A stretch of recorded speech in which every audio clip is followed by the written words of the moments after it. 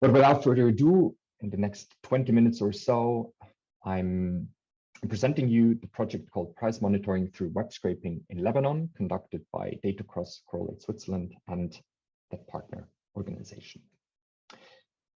Now, to set the scene first, I guess by now, unfortunately, most of you are familiar with the turmoil and economic crisis that is happening in Lebanon. For those of you who aren't, I have one slide that speaks for itself. It shows the yearly inflation on the y-axis, and by inflation I mean in that context the annual percentage change in the cost of a basket of goods and services. We see the timeline, and we see that since 2019 the inflation has been going through the roof. Unfortunately, there's no data for 2021 yet, but I can tell you that it increased even more.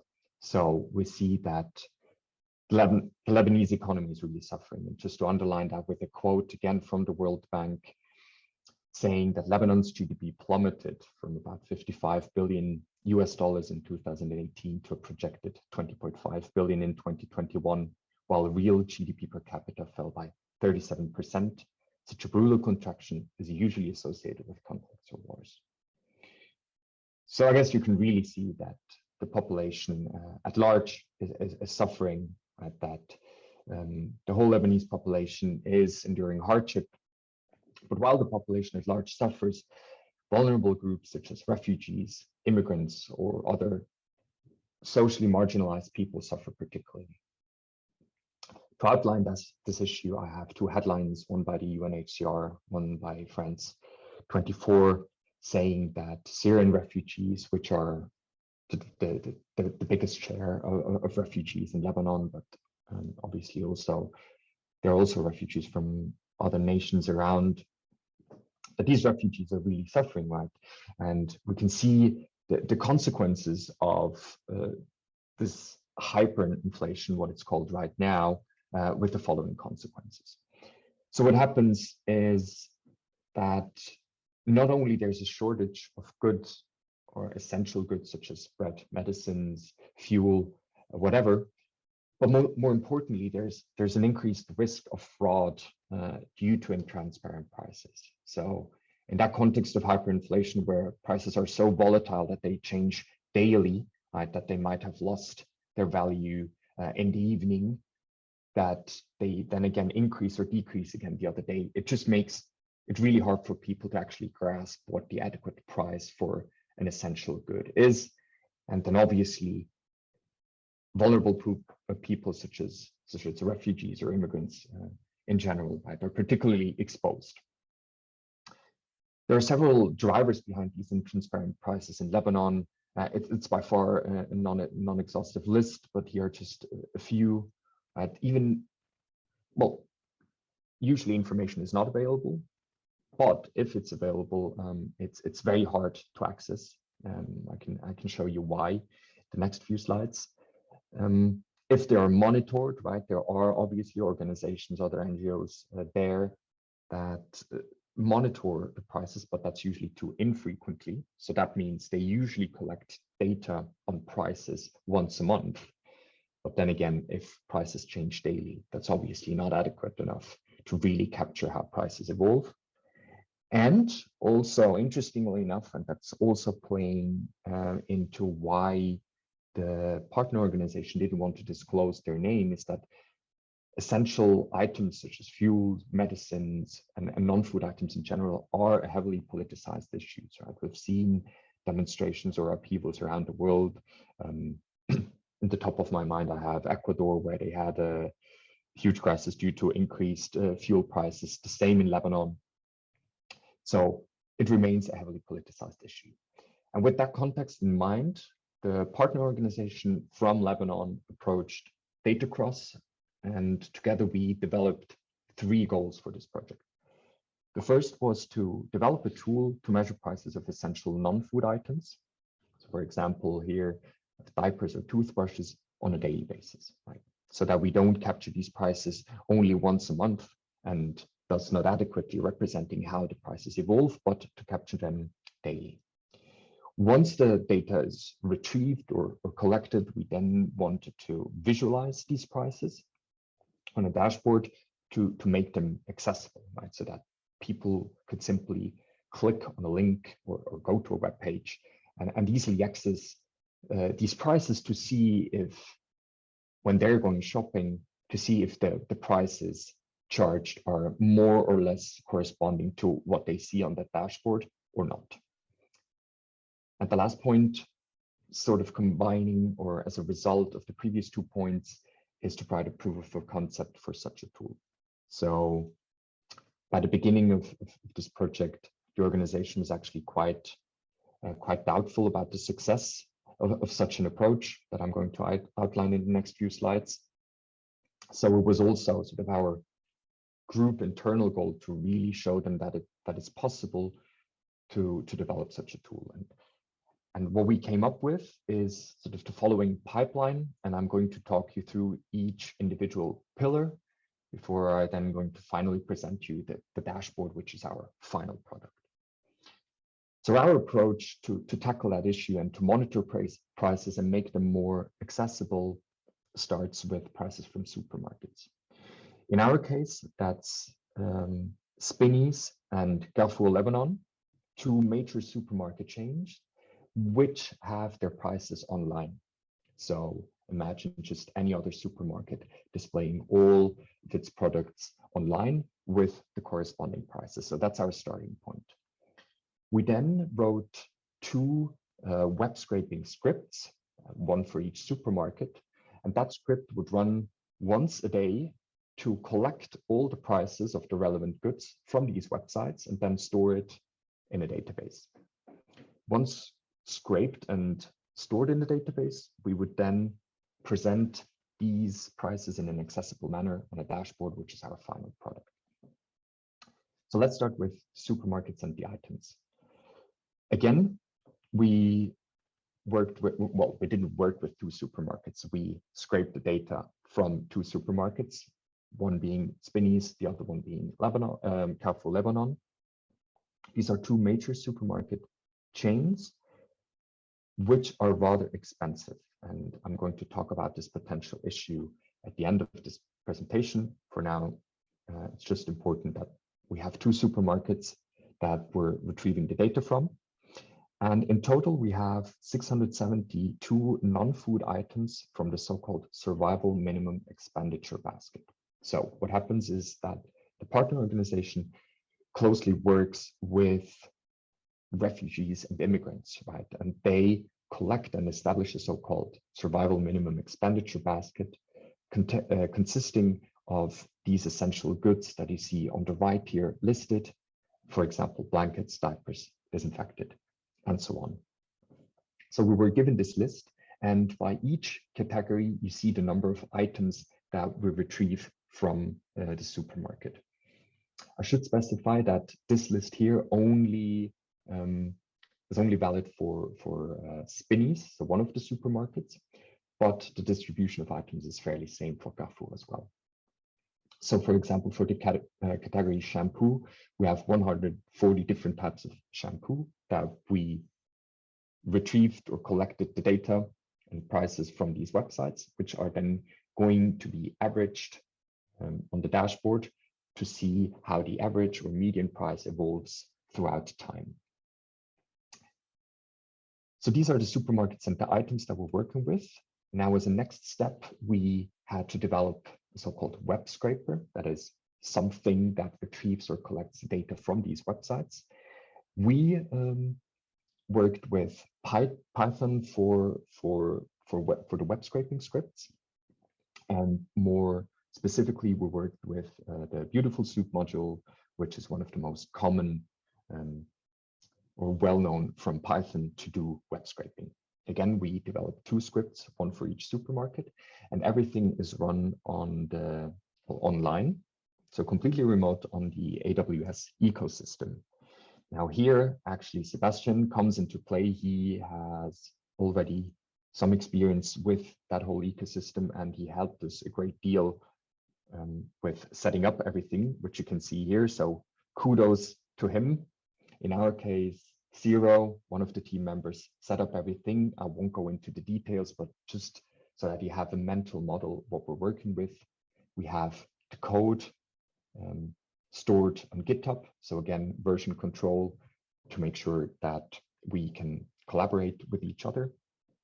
We then run everything online. So you have to imagine that the script is running online and is retrieving or collecting the data from these two supermarkets once a day. We then store these prices in a database running on a MySQL engine. And then finally, in our Shiny app connects to that database and visualizes the prices. So that's our setup. A few details regarding the dashboard. The dashboard is created as a Shiny app. So now we're not working with Python anymore, but with R. Again, you have to be flexible, and if people are just more familiar with one language or the other, right? As long as you understand each other and make your code accessible, that's not an issue at all. So the dashboard was created in R.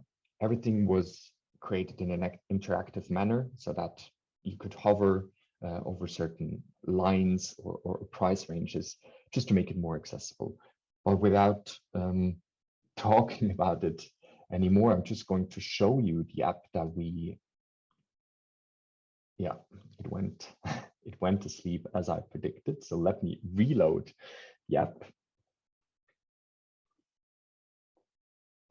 which is our final product. It's still called Mockup Dashboard since we haven't been able to deploy it or hand it over to the partner organization, but think of it as our final product. To give you a quick tour, what you can see, first sight, you have on the y-axis the price in Lebanese pounds, and on the x-axis here, the timeline. Each data point represents one day. So the script runs once a day, stores the data, and then visualizes it on the dashboard. This dip here was because of an issue that we weren't able to run it online. So that's why we didn't collect any data here.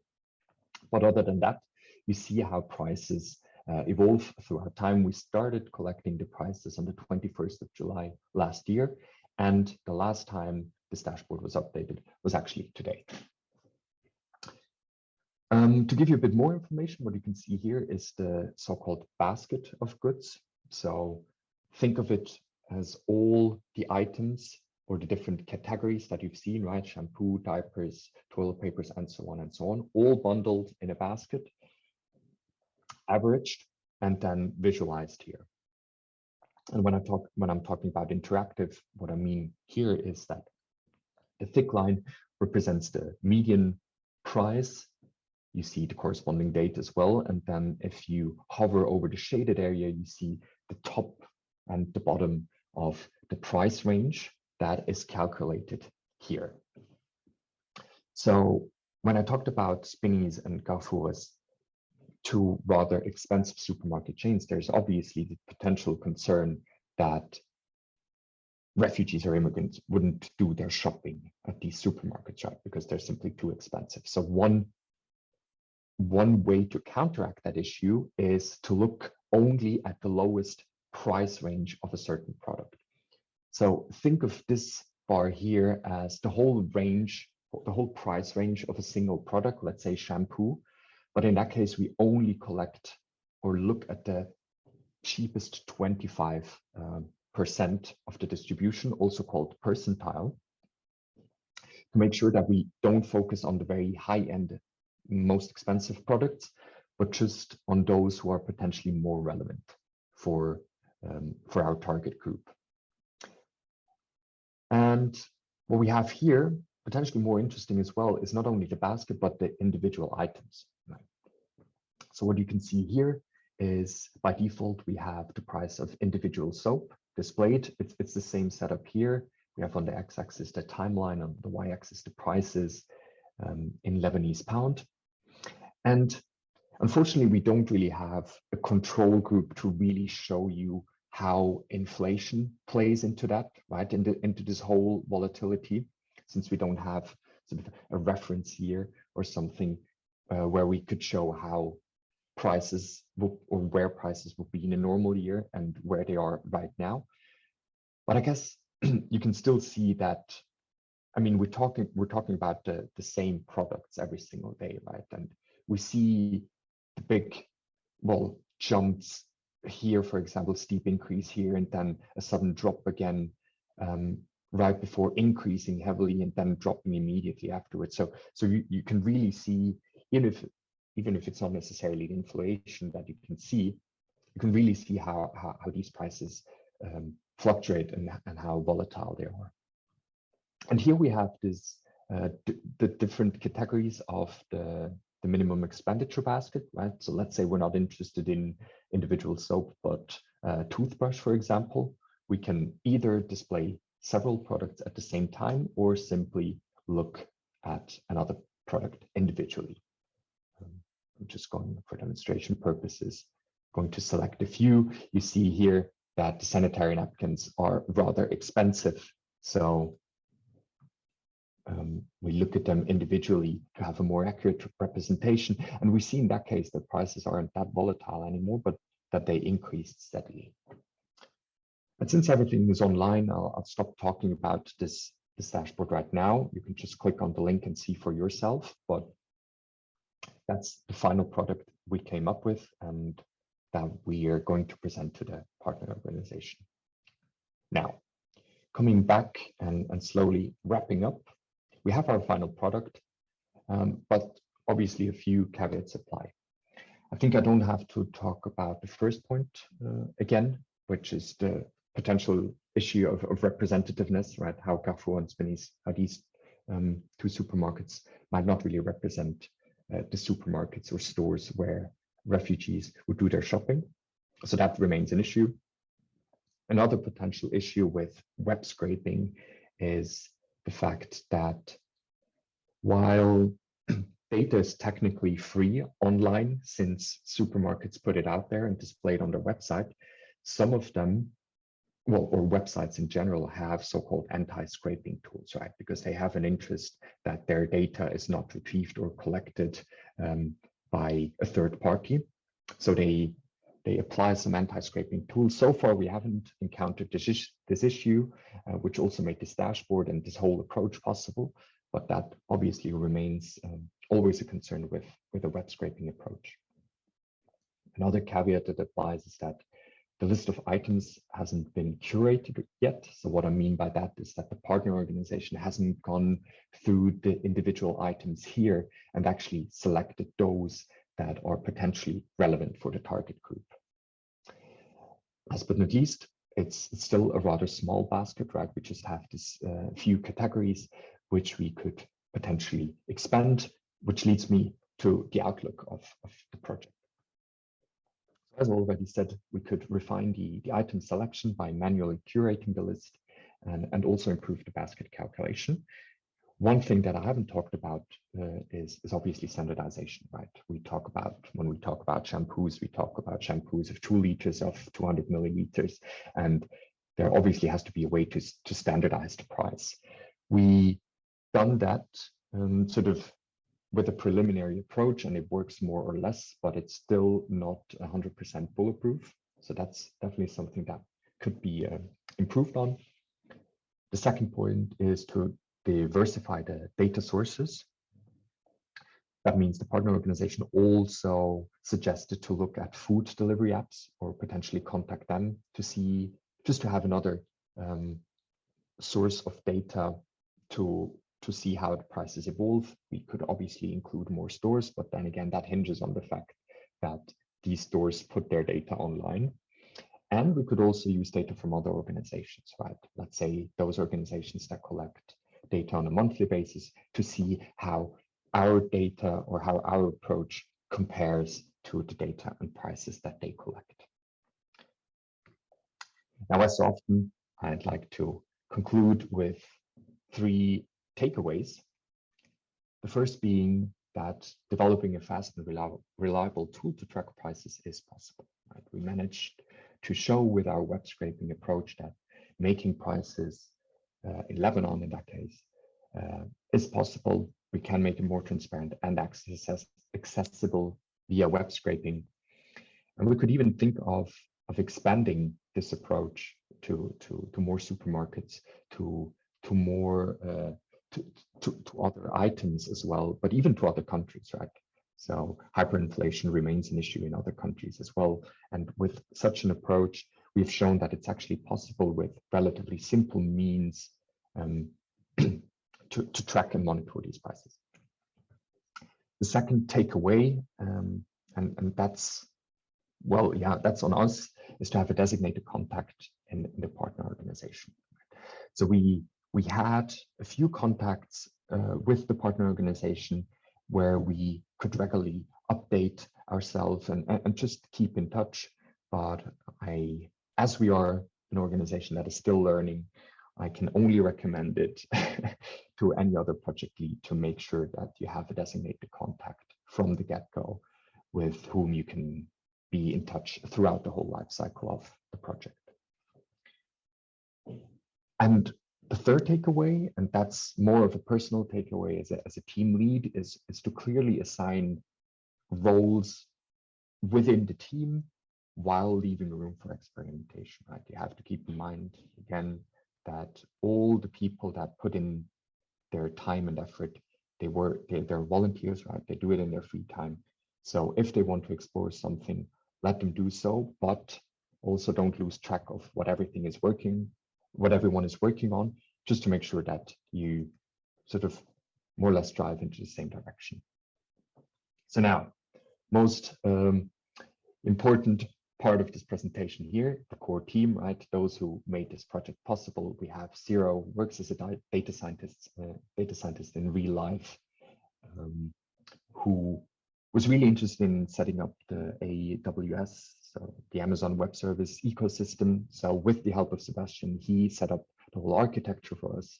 We have Adrian, who's a PhD student, and Daniela, who's a theoretical or experimental physicist, I'm not sure, who were both interested in web scraping. So they wrote the two scripts for us, which allows to collect the prices from the websites. And Boris, finally, who's here tonight, I think. Hi, Boris.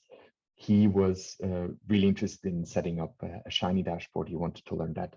And I think he did a great job in doing so.